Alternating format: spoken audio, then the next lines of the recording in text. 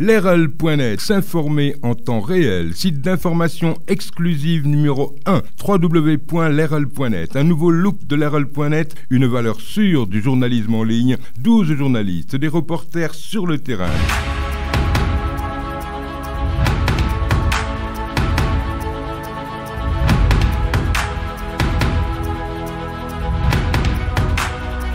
loolu cigarette bi daf koy def ndaxte yenn saa yi balaa ñu la yóbbu hôpital sax fekk yàlla def na li gën buñ la yóbboo hôpital tamit di nga toog lu yàgg ngay faju liñ naan dund boo xam ne dee moo ko gën ndaxte li nekkoon ab askom tuuti ca dëkk ca kër ga dinañ ko jël di la ko fajee ba yow bés booy dee sax amaana doo fa bàyyi lu bëri loolu tamit dafa jar ñu koy bàyyi xel. tabac bi fi ñu koy bayee ñu ngi koy bay ci suñu suuf si loolu tamit suuf soosu mën nañ ko jël di ci bay leneen loo xam ne dafay dundal askan wi moo ëpp njëriñ ci ñun ndaxte dafay am toxique yoo xam ne daf koy dégager ci fi ñu koy weer ak fi ñu koy wow ak ni ñu koy lakkee loolu yëpp si ñun lay dellu si bu dellu see si ñun ci suñu askan ci suñu njaboot loolu moo tax ñun ñu jóg sol suñu dàll ne xeex cigarette bi dañ koy xeex. ñi tox bëgg a bàyyi nan ngeen leen di gunge. ñiy tox bëgg a bàyyi ñu ngi leen di gunge ci ay conseil waxtaan ak ñoom dimbali leen ñaax leen ndaxte ñoom sax am na ñoo xam ne bëgg nañoo bàyyi waaye cigarette liñ naan drogue dafa nekk loo xam ne bu la xasee ba dugg xamoo kañ lay génn si yow looloo tax suñu xeex yëpp li si gën a am solo si xale yi lañ ko def ñu ngi jëm sax fi mu ne nii ci loo xam ne mooy ñu génnee cigarette yi ci boutique yi yóbbu ko ci foo xam ne il faut nga am licence pour nga jaay cigarette ñoo xam ne cigarette kese la ñuy jaay ndaxte njaay mi ñuy jaay cigarette xale yi loolu dafa dëppoowul ak yoon bi ñu tëral Sénégal.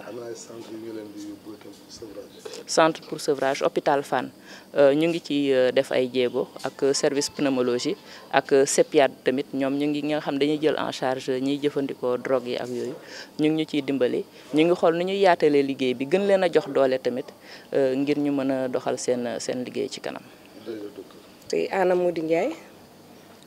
Comme je suis manager de sport et vice-présidente du comité national de promotion et de développement du sport pour tous. Comment avez-vous accueilli cette visite de la Ligue contre le tabac? La Ligue nationale contre le tabac est un partenaire du CNP Sport pour tous. Nous avons établi un partenariat il n'y a pas longtemps, mais depuis, nous avons eu à faire 2 activités au niveau de la plage de Crampy, et celle-là, c'est la 2e activité. Et nous comptons vraiment pérenniser, parce que on voit que le sport et la santé, elles vont de pair, et que pour mieux lutter à la santé, nous demandons aux populations, aux jeunes, et à tout le monde de pratiquer le sport. Le sport peut être vraiment un levier très important pour combattre certaines maladies. Une activité est faite maintenant par rapport au suivi, qu'est-ce que vous allez faire? Au suivi, pour cette activité particulièrement, comme vous le savez, il s'agit d'un jumelage entre 2 équipes féminines, les Amazones de Louga et celles de Dakar, qui vont jouer d'ailleurs demain un match de gala. Mais auparavant, il y a eu ce matin une randonnée pédestre avec tous les acteurs sportifs. Et tout à l'heure, à 16h, au CEDEPS, nous aurons une formation faite par la LISTAP pour mieux dérouler leur programme et sensibiliser les populations sur les méfaits du tabac. Et le message que vous lancez, surtout, il y a beaucoup de filles qui fument maintenant. Oui.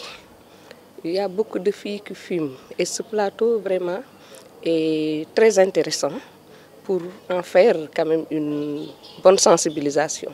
Parce que quand 2 équipes féminines jouent, vous avez déjà une cible très importante. Nous avons commencé ce matin à les sensibiliser et le message était bien passé parce qu'elles-mêmes posaient des questions pour en savoir plus.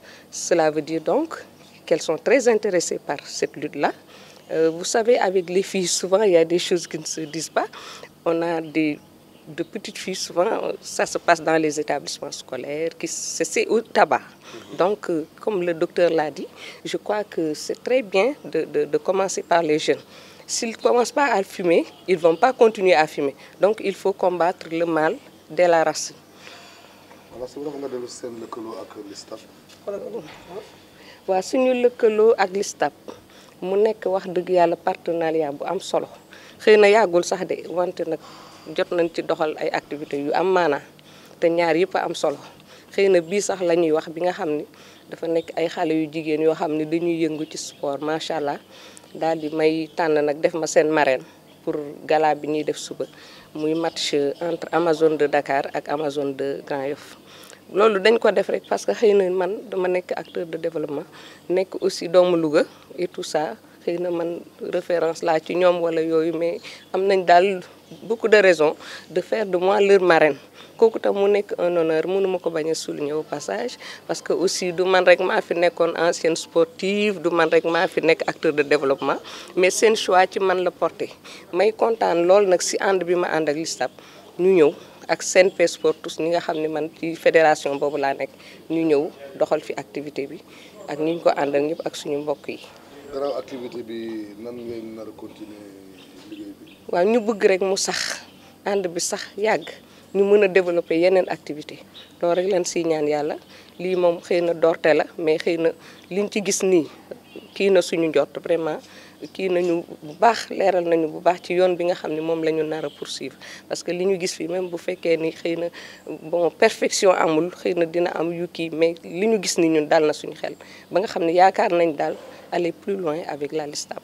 pour moom baaxul si kenn mais rawatina jigéen ñi léegi bari na ñuy tux. waaw jigéen ñi bare na ñuy tux moo tax ñun ñu di leen xëcc rek ñuy def sport moom bu fekkee bàyyi nga cigarette tamit booy def sport di nga ci gis njariñ gu bare bare. Filez-nous l'information sur lerol@lerol.net ou 33 827 77 01 ou 78 136 52 52. Lerol.net, s'informer en temps réel.